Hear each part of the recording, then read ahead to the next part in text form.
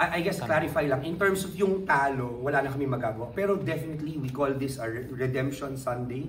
That has been the theme. We wanted to we had sleepless nights, all of us, after that loss to Adam. We were highly motivated. And as I said, we started the season watching the Adamson game.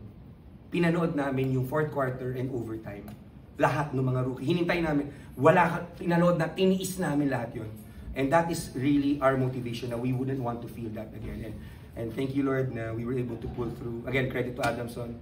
They always give us a hard time. But at least sana, kami naman ngayon, last time, napaiyak nila kami. So, at least nakalusot ngayon. Thank you, Lord. Casey, in your 4th year finally, hindi na kayo magpa-4th place. Oh. Diba? So, grabe, sa pang-pusong ano ba yan? Totoo naman. Like, how gratifying, how rewarding is this feeling na magpo-podium kayo this season, but also, your season's not yet over. May training pa kayo, you have a chance to enter the finals pa.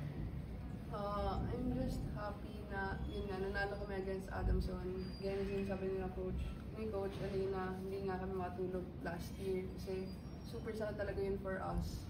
And I think I just want to give this win this season sa mga seniors ko, yan si Sandra, Monique, and JC. Gusto namin talaga ibigay sa nila yung championship. May gusto din ako sabihin, sorry kahit hindi niyo ako tinanong. Si Casey did not win the MVP. Tinawagan ko si Casey. Sabi ko, Case, to start tong season, para lang baka pwede nyong credit to this girl. Start tong season, sabi ko, Case, baka hindi ka mag-MVP kasi medyo marami tayong mas loaded tayo ngayon. Your stats might suffer a bit. Coach, no problem. When they announced, una-una congratulations kay Kay, she deserves it, no? When na-announce, tinawagan ko, Coach, walang problema. We want to win and I want to win the championship more than MVP. Alright, ang ano lang daw is finals MVP sana. So, yun ang usapan. So, no ego. This MVP has no ego. Write that down. Team player, hindi nagreklamo. Magulang nito hindi nagreklamo. They just want to win. And I think it speaks of her character and really just saying na I don't care about the MVP. It's really about team first. Coach, lasa lang din on my end. You touched on Ann Pingol.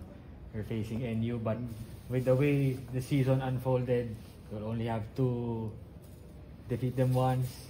Yes. And with the kind of roster that you have now, how do you fancy your chances? Yeah, I fancy it very well.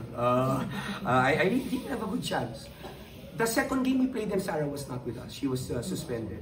We almost beat them. We just collapsed because they have so much experience. But I think as we've gone through, I of course, you have to salute to the NU program.